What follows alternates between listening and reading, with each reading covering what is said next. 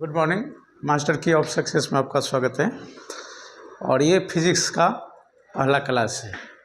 इसमें हम फिज़िक्स के बारे में समझेंगे और फिज़िक्स को समझते हुए हम पहला चैप्टर यूनिट एंड डायमेंशन के बारे में जानेंगे।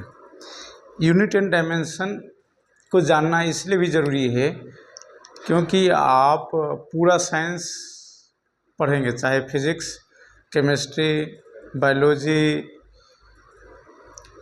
तो उसमें हर चैप्टर में कोई भी चैप्टर हो यूनिट आएगा ही।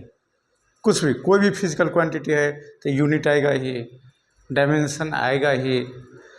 तो इसलिए उसको जानना ज़रूरी है। अगर आपको इसका बेसिक कंसेप्ट अगर आपको आता है तो क्विकली हम रिजल्ट पे पहुंच जाते हैं बिना कॉपी और कलम के।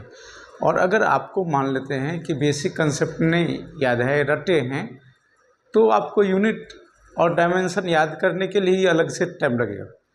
उसका यूनिट क्या होगा, जैसे आपने फोर्स पढ़ लिया, अभी उसका यूनिट याद कर रहे हैं, एनर्जी पढ़ लिए, उसका यूनिट याद कर रहे हैं।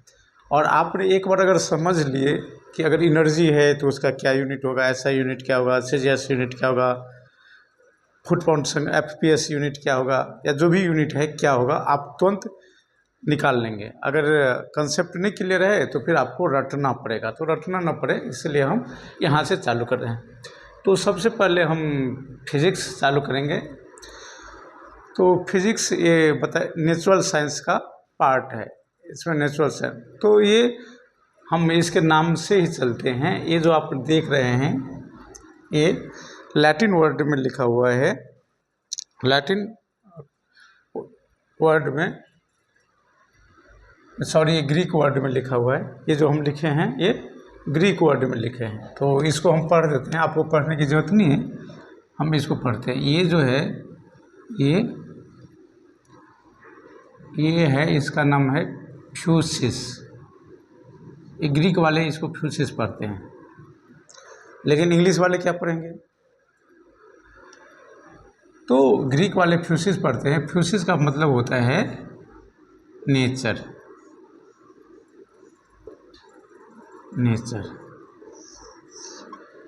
ठीक। तो फर्स्ट टाइम सबसे पहले ये जो फिजिक्स है, फिजिक्स ये कहाँ से आया? टर्म फिजिक्स कहाँ से आया? थ्यूसिस। किस वर्ड से? ग्रीक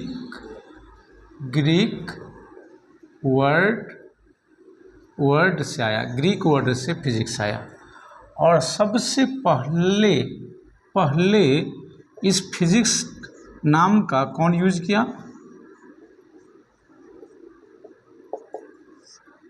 एक साइंटिस्ट है एरिस्टोटल, जिसको हिंदी में अरस्तु कहते हैं।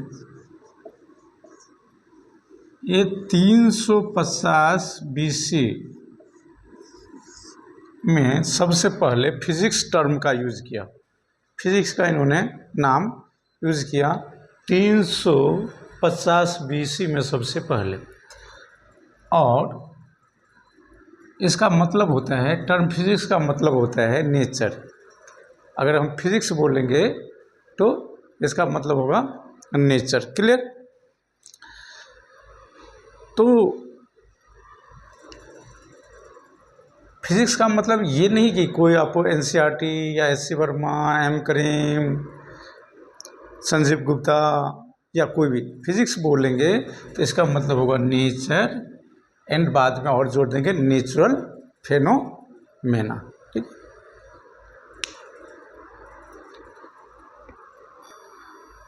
तो अब शॉर्टकट में हम देख लेते हैं फिजिक्स के बारे में क्या है।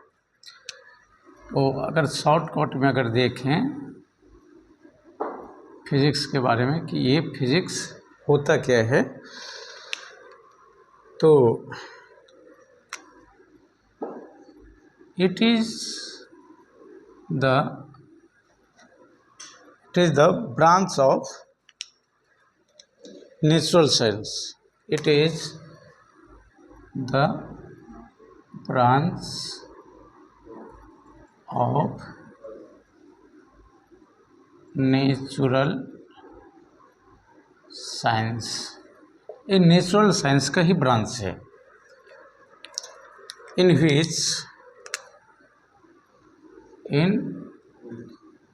which we deals with the study of nature and natural phenomena। दो चीज़ का मतलब ये फिजिक्स हुआ। इसमें हम दो चीज़ का स्टडी करेंगे, नेचर का भी स्टडी करेंगे और नेचर में होने वाली जो घटनाएं हैं उनका भी स्टडी करेंगे। तो जैसे ही हम फिजिक्स बोलेंगे, फिजिक्स आपको समझ जाना है कि हम किसकी बात कर रहे हैं। फिजिक्स बोलेंगे तो हम नेचर की बात करेंगे, नेचर की बात करेंगे और नेचुरल फेनोमेना की बात करेंगे, घटनाएं। फेनोमेनन सिंगुलर होता है, उसी में प्लुरल कर देते हैं तो ये क्या हो जाता है, फेनोमेना। तो अगर हम फिजिक्स बोलेंगे तो आपको समझना है कि हम नेचर की बात करें, पूरे ब्रह्मांड की बात करें, यूनिवर्स की बात करें और उनमें होने वाले सभी जो नेचुरल फेनोमेना है, नेचुरल फेनोमेना उनकी हम बात कर रहे हैं। ठीक है, तो ये है मोटा मोटी शॉर्टकट में हम फिजिक्स को का डिफिनेशन।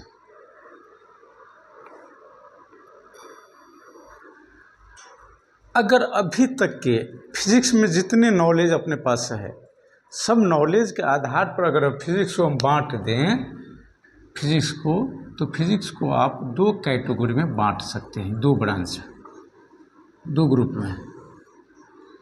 एक को कहते हैं क्लासिकल फिजिक्स, एक को कहते हैं क्लासिकल फिजिक्स।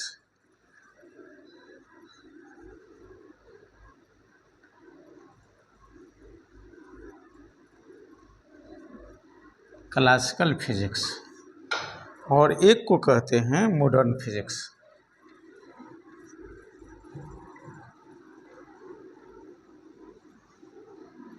आपको दोनों पढ़ना है, क्लासिकल फिजिक्स भी पढ़ना है और मॉडर्न फिजिक्स पढ़ना है। तो हम किस आधार पर लिए, बेसिस क्या था? बेसिस था कि एक्युमुलेशन ऑफ नॉलेज, जितना नॉलेज था उस नॉलेज को हमने क्या किया, एक्युमुलेट कर दिया।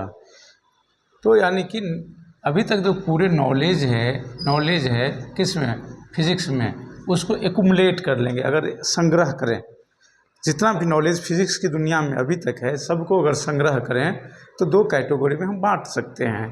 एक को कहते हैं बिफोर ये जो 1900 ईस्वी से पहले का जो नॉलेज है, 1900 ईस्वी से पहले तक जो फिजिक्स में काम हुआ, जितना भी नॉलेज हुआ, डेवलपमेंट हुआ, आविष्कार हुआ और आइडिया को संग्रह किया गया, वो जनरली किस में आता है, क्लासिकल फिजिक्स में।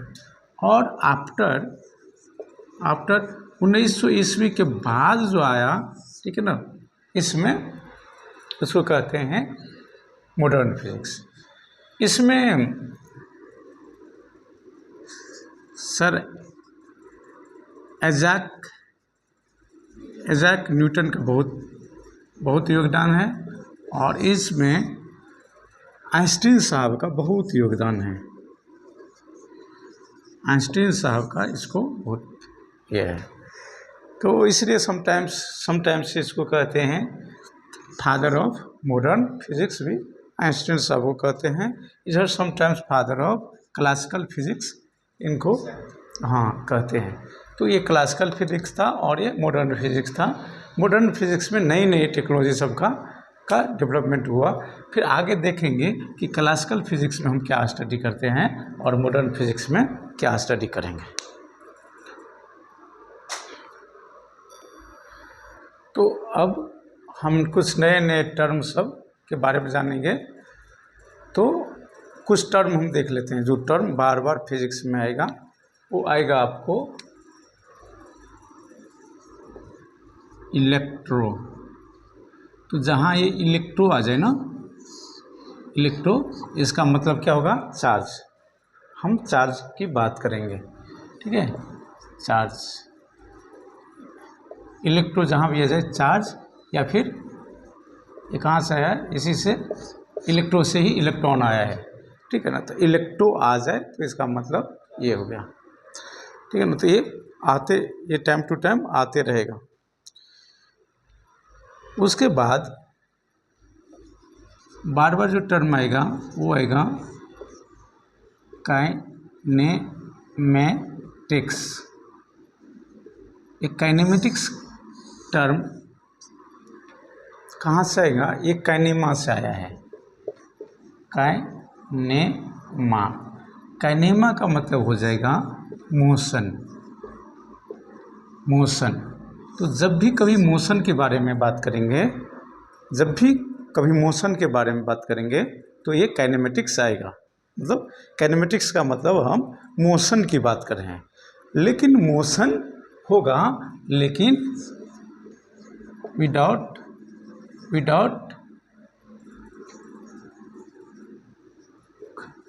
Causing agent. इसका मतलब समझे? मोशन, जैसे आप साइकिल चला रहे हैं तो केवल ये होगा कि आप साइकिल चला रहे हैं 10 मीटर पर सेकंड की स्पीड से, 10 मीटर या 2 किलोमीटर पर आवर की स्पीड से, या 10 किलोमीटर पर आवर की स्पीड से चला रहे हैं। कैसे चला रहे हैं? खुद से चला रहे हैं या चलाने वाले कोई और है, या मोटर लगा हुआ है, इलेक्ट्रिक मोटर लगा हुआ है, डीजल इंजन है, उससे हमको कोई लेना देना नहीं। मतलब आप साइकिल इस स्पीड से चला रहे हैं तो कौन चला रहा है उससे हमको कोई मतलब नहीं है, समझे। तो काइनेमेटिक्स में मोशन के बारे में पढ़ेंगे, मोशन किसके कारण है उससे हमको कोई लेना देना नहीं रहेगा।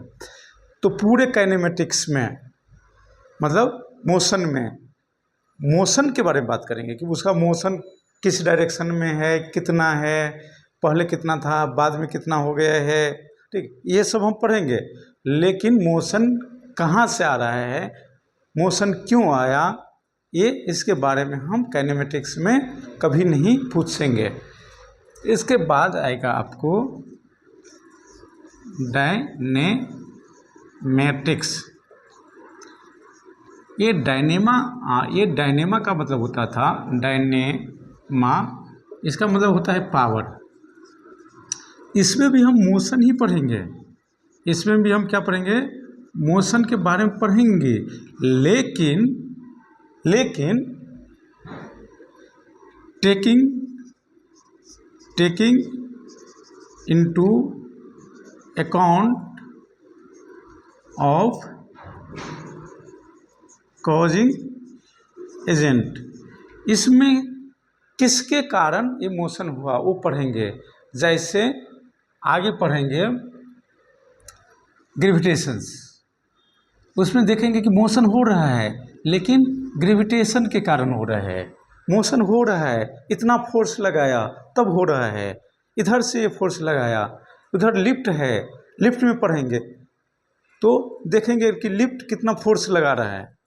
तो उसमें क्या आएगा? बार बार या तो पावर आएगा, फोर्स आएगा, एक्सेलरेशन आएगा, ठीक है ना।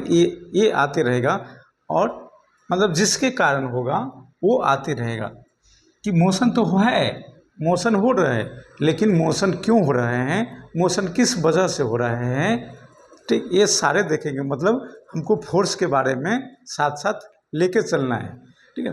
तो ये हो जाएगा डायनेमेटिक्स में हम ये देखेंगे। अगला जो है ये टर्म आएगा स्टैटिस्टिक्स।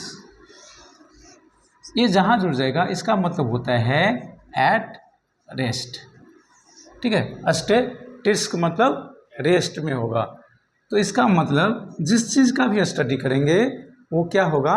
रेस्ट में होगा, ठीक है। तो जहाँ भी स्टैटिस्टिक्स लग जाएगा इसका मतलब होगा रेस्ट। अब हम एक नाम लेते हैं, आपको बताना है कि इसका मतलब क्या हुआ। जैसे इतना टर्म बताने के बाद में हम एक चैप्टर का नाम लेते हैं तो आपको पता चल जाएगा कि हम किस चीज़ का स्टडी करने वाले हैं।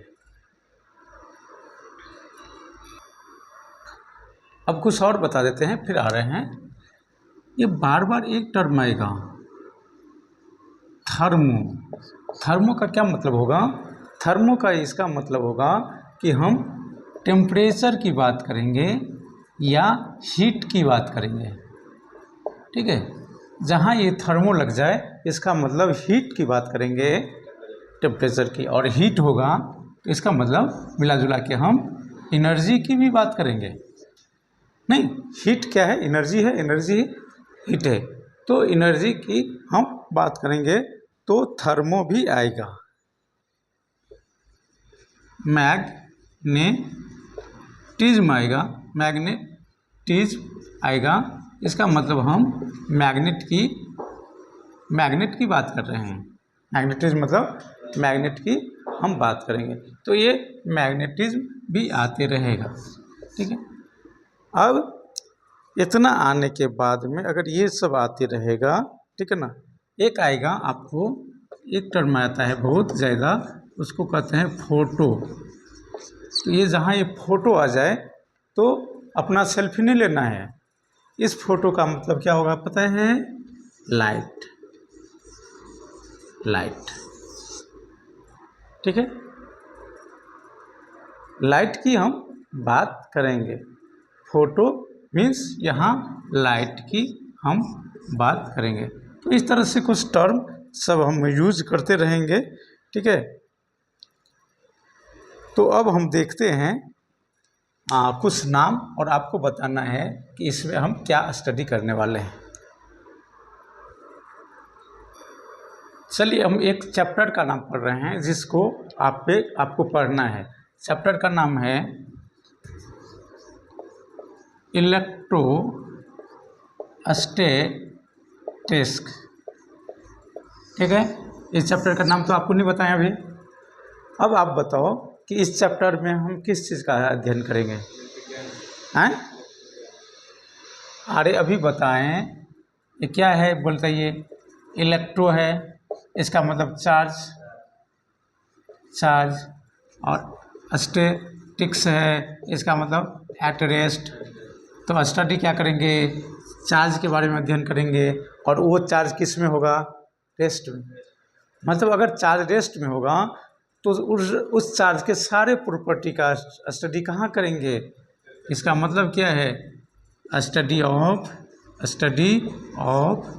Charge at rest. कब? जब चार्ज रेस्ट में रहेगा तब उस चार्ज का स्टडी करेंगे। तो क्या कराएगा? इलेक्ट्रोस्टैटिक्स कराएगा। और चार्ज जब मोशन में रहेगा तब स्टडी करेंगे, तो क्या हो जाएगा? इलेक्ट्रिक करंट हो जाएगा। चार्ज जब मोशन में रहेगा तब अगर अध्ययन करेंगे तो क्या हो जाएगा?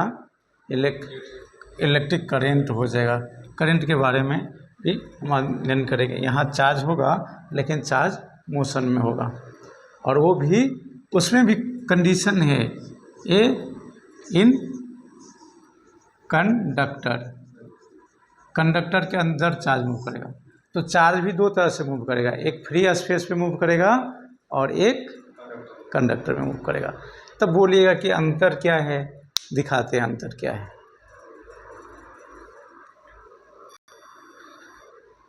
ये चार्ज के बारे में क्वेश्चंस भी कई बार मेडिकल और इंजीनियरिंग के एग्जाम में आया है। इस चार्ज का, ये जो आपके पास चार्ज है, इसका 3 स्टेट हो सकते हैं। एक होता है चार्ज एट रेस्ट, और दूसरा होगा चार्ज इन मोशन। अब चार्ज अगर मोशन में है तो यहाँ भी 2 कंडीशन है। क्या वो चार्ज किसी कंडक्टर के अंदर मूव कर रहा है? कंडक्टर में समझ रहे हैं, जैसे कंडक्टर क्या हो गया? जैसे चांदी हो गया, सोना हो गया, लोहा हो गया, उसके थ्रू मूव कर रहा है, या फ्री स्पेस में, स्पेस मतलब खाली जगह में चार्ज मूव कर रहा है। तो मूविंग इन फ्री स्पेस, क्या ये फ्री स्पेस में मूव कर रहा है, एयर होके या वैक्यूम होके, और मूविंग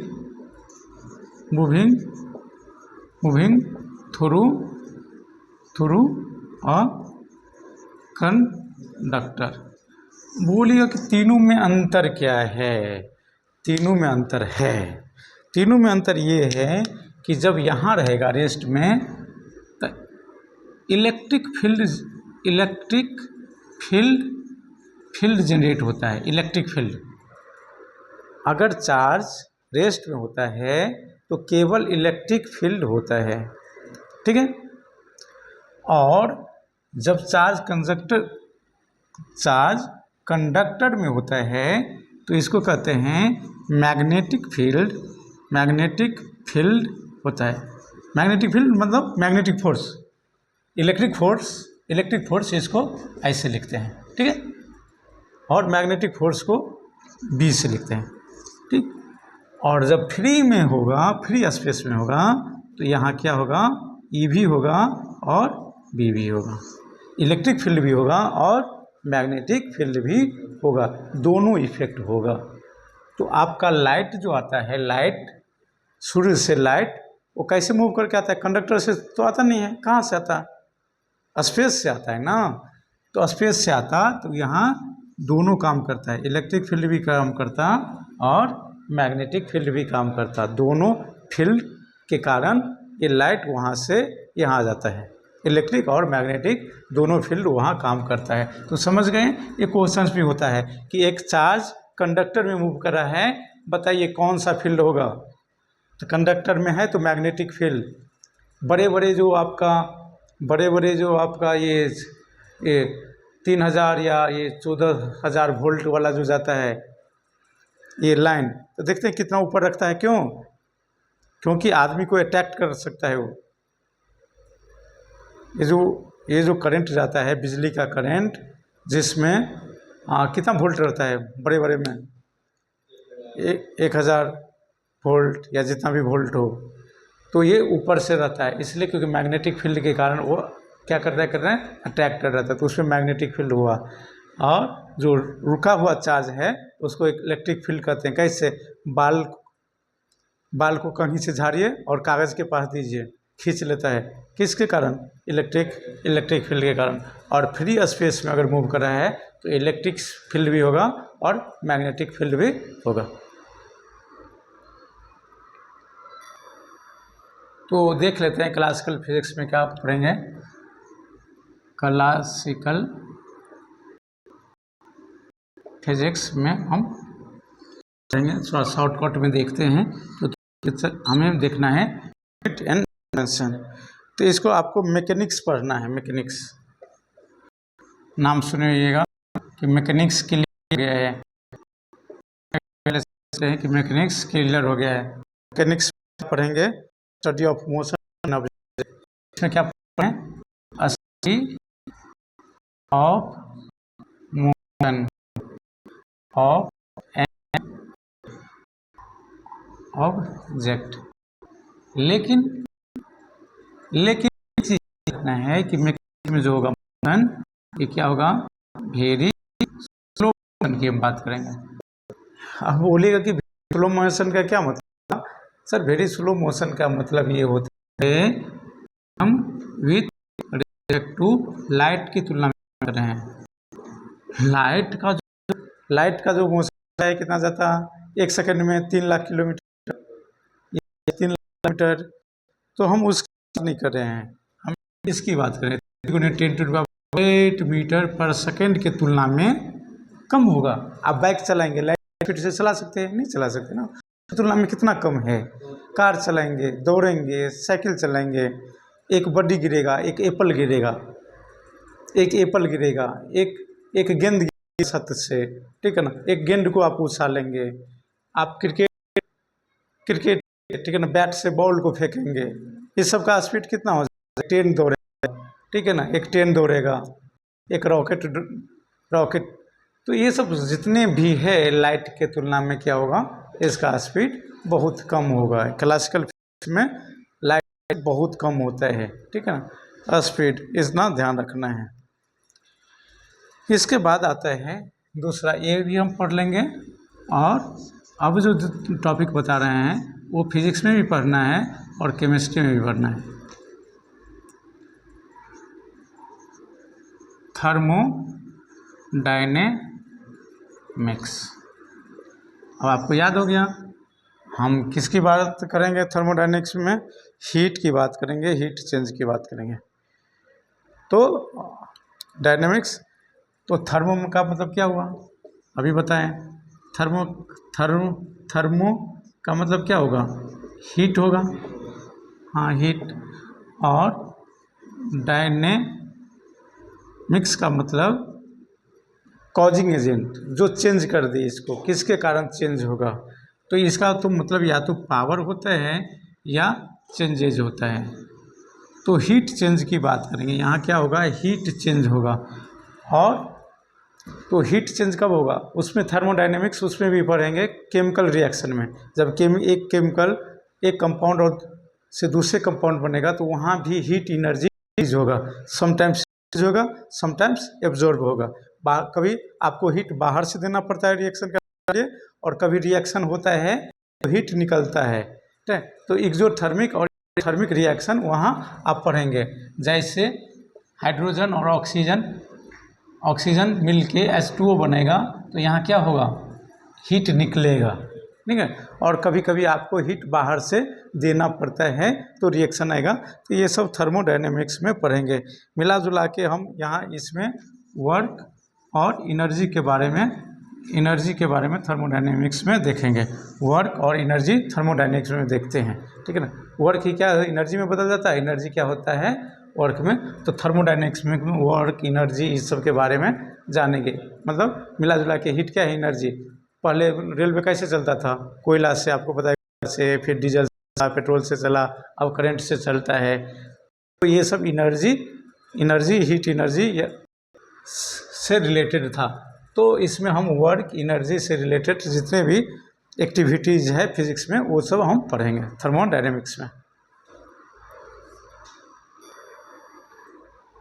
अब अगला जो है, आप इसका नाम हम बता ही चुके हैं कि इलेक्ट्रोस्टैटिक्स। क्या पढ़ने वाले हैं, इलेक्ट्रो मीन्स चार्ज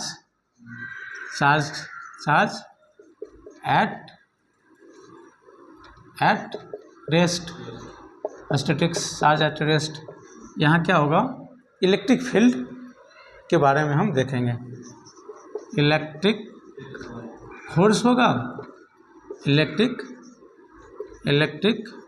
फील्ड होगा। थोड़ा दोनों में थोड़ा अंतर है, ये हम देखेंगे। यहाँ ई से डिनोट करते हैं, इलेक्ट्रिक फील्ड होगा, इलेक्ट्रिक फोर्स होगा। तो ये सब हम पढ़ेंगे। ग्रेविटेशनल फोर्स, ग्रेविटेशन से, ये सब सारे ग्रेविटेशन भी क्लासिकल फिजिक्स में आ जाएगा। इसके बाद जो पढ़ते हैं, यहाँ देखिए ये इम्पोर्टेंट है, इलेक्ट्रोमैग्नेटिज्म। इसमें दोनों आ गया, इलेक्ट्रो भी आ गया, मैग्नेटिज्म। इसको इलेक्ट्रो मतलब जहाँ इलेक्ट्रिक फील्ड और मैग्नेटिक फील्ड दोनों होगा तो ये इलेक्ट्रोमैग्नेटिज्म आ जाएगा, ठीक है। चार्ज, तो इनको दो कैटेगरी में बांट देंगे इलेक्ट्रोमैग्नेटिज्म में। इलेक्ट्रोस्टैटिक्स में भी आ जाएगा और मैग्नेटिज्म भी आ जाएगा, और दोनों का कम्बिनेशन भी आ जाएगा। इलेक्ट्रोस्टैटिक्स भी आ जाएगा, मैग्नेटिज्म भी आ जाएगा, ठीक है। चार्ज एट रेस्ट में पढ़ेंगे, मैग्नेट एट रेस्ट में पढ़ेंगे, दोनों को मोशन में भी पढ़ सकते हैं। तो इलेक्ट्रिक फील्ड भी आ जाएगा, मैग्नेटिक फील्ड भी आ जाएगा। तो इलेक्ट्रो मीन्स चार्ज भी आ जाएगा, और मैग्नेट भी आ जाएगा। तो मैग्नेट में भी दो प्रॉपर्टी हो जाएगा, जब रेस्ट में रहेगा तो अलग प्रॉपर्टी हो जाएगा, जब मोशन में रहता है तो अलग प्रॉपर्टी हो जाता है। तो ये सब हम किस में देखेंगे, ये सब हम क्लासिकल फिजिक्स में देखेंगे। ठीक, ग्रेविटेशंस भी यहीं देखेंगे, ग्रेविटेशंस देखेंगे, ग्रेविटेशंस भी देखेंगे, प्रोजेक्टाइल भी देखेंगे, प्रोजेक्टाइल भी देखेंगे। ये सब हम किस में देखेंगे? क्लासिकल फिजिक्स में देखेंगे। अब हम मॉडर्न फिजिक्स में आते हैं।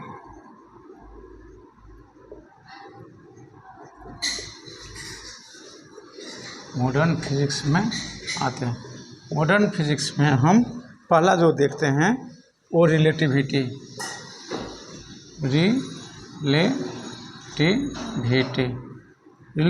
में भी हम देखेंगे, पढ़ेंगे, स्टडी ऑफ मोशन करेंगे, स्टडी ऑफ मोशन। लेकिन ये रहेगा in order of velocity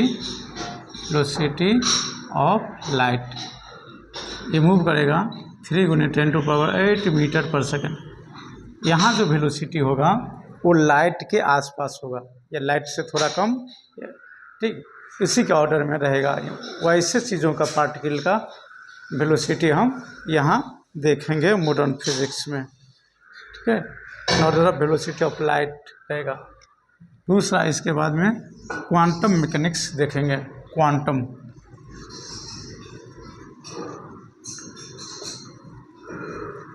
mechanics के बारे में देखते हैं। फोटो इलेक्ट्रिक इफेक्ट, बहुत सारे चीज़ है। फोटो इलेक्ट्रिक इफेक्ट देखेंगे। फोटो इलेक्ट्रिक इफेक्ट नाम से क्लियर हो गया? बोलिए। Photo means light, electric means current. Light देंगे तो करंट निकलेगा, करंट देंगे तो लाइट निकलेगा। तो ये सब सारे चीज़ सब हम मॉडर्न फिजिक्स में देखेंगे। तो फिजिक्स को समझते हैं, थोड़ा सिंपल भाषा में समझते हैं और फिर हम चलेंगे यूनिट एंड डायमेंशन पे। थोड़ा फिजिक्स को हम समझते हैं कि फिजिक्स क्या है। फिजिक्स बहुत ही इंटरेस्टेड सब्जेक्ट है। सबसे इसकी खासियत क्या है कि आप जहाँ रहेंगे इनके बीच में ही रहेंगे। जो भी प्रैक्टिकल करना है आपको मिलेगा। आपको मोशन के बारे में पढ़ना है तो अलग से प्रैक्टिकल करने के लिए कहीं जाना नहीं पड़ेगा, अमेरिका नहीं जाना है, आपको जापान नहीं जाना है। गैलरी में बैठे जाओ, आपको हज़ारों मोशन दिखेगा। पंखा नचते हुए दिख रहा है, मोशन है। साइकिल कोई चला रहा है, मोशन है। कोई जिम पे ट्रेडमिल पे दौड़ रहा है, जिम है। कोई चल रहा है, मोशन है ना। खाना घर में बन रहा है, ठीक है। हीट के बारे में, हीट एनर्जी वहाँ काम कर रहा है। आप बल्ब जला रहे हैं, हाँ, इलेक्ट्रिक एनर्जी है। इलेक्ट्रिक एनर्जी लाइट एनर्जी में कन्वर्ट हो रहा है। आप टीवी चला रहे हैं, हज़ारों तरह का फेनोमेना हो रहा है। आपको जो भी करना है आप रूम में करें। आप क्यूब के बारे में देखना है, आपका रूम क्या है? एक क्यूब है, 3D है। आप जहाँ बैठे हैं वहाँ क्या है? 3D है। तो ये सारी चीज़ आपको रूम में बैठ के ही आपको मिलेगा। जिधर जाएंगे उधर आपको फिजिक्स मिलेगा। गाड़ी में दौड़ रहे हैं, गाड़ी में, ट्रेन में जा रहे हैं, फिजिक्स है। बस पे जा रहे हैं, फिजिक्स है। बाइक पे चला रहे हैं, फिजिक्स है। ठीक, झूला झूल रहे हैं, फिजिक्स है। मूवी देखने गए, वहाँ भी फिजिक्स है। तो हर चीज़ आपको इर्द गिर्द, आपके सामने इर्द गिर्द मिलेगा। एप्पल गिर रहा है, एप्पल के नीचे बैठे हुए हैं, गिर रहा है, ग्रेविटेशन है। आम पेड़ के नीचे बैठे हैं, ग्रेविटेशन गिर रहे हैं। लिफ्ट में वहाँ नॉर्मल रिएक्शन लग रहा है, न्यूटन्स लॉ लग रहा है वहाँ से। मतलब हर तरह जहाँ बैठो, चेयर पे बैठे हो फिजिक्स है, चल रहे हो फिजिक्स है, कुर्सी पर बैठे हो फ्रिक्शन लग रहा है कुर्सी के कारण, फिजिक्स है। समझ रहे? स्नान कर रहे हैं, वहाँ भी एक फिजिक्स है।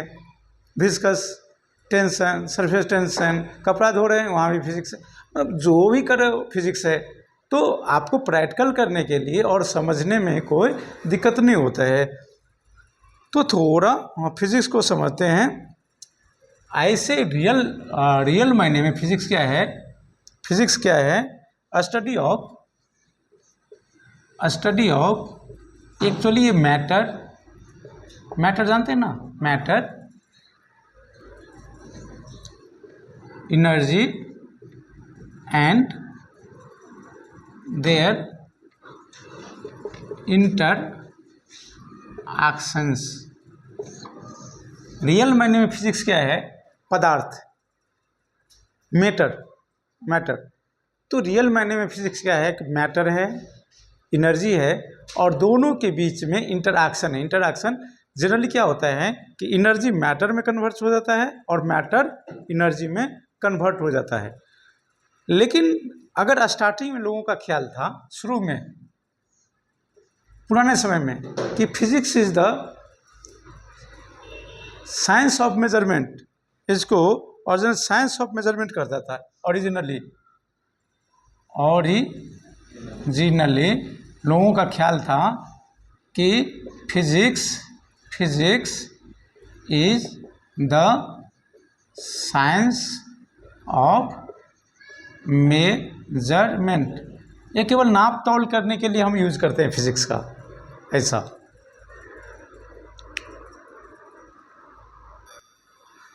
तो शुरू में मानना था लोगों का ओरिजिनली कि फिजिक्स का हम यूज केवल माप तोल के लिए करते हैं, मेजरमेंट के लिए करते हैं।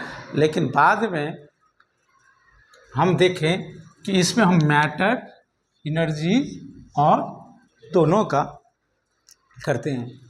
फिजिक्स में इसलिए मज़ा आता है कि रियल मायने में अगर फिजिक्स को हम अपने धर्म ग्रंथ से कंपेयर करें तो आप इसको क्या बोल सकते हैं पता है? इसको आप बोल सकते हैं शिव पुराण।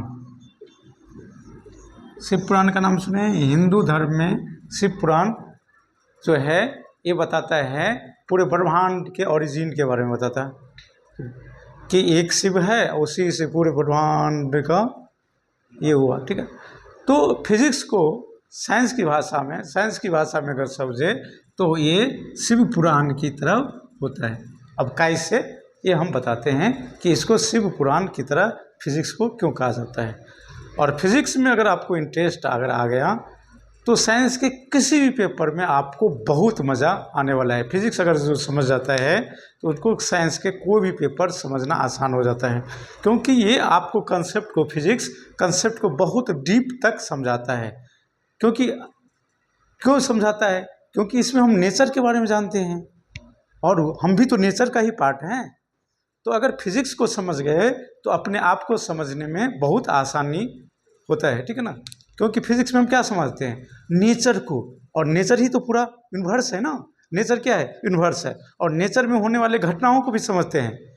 तो पूरा नेचर समझ गए, पूरा ब्रह्मांड समझ गए, ब्रह्मांड में होने वाले घटनाओं को समझ गए, तो आपके अंदर जो हो रहा है, आपके इर्द गिर्द जो हो रहा है उसको नहीं समझेंगे।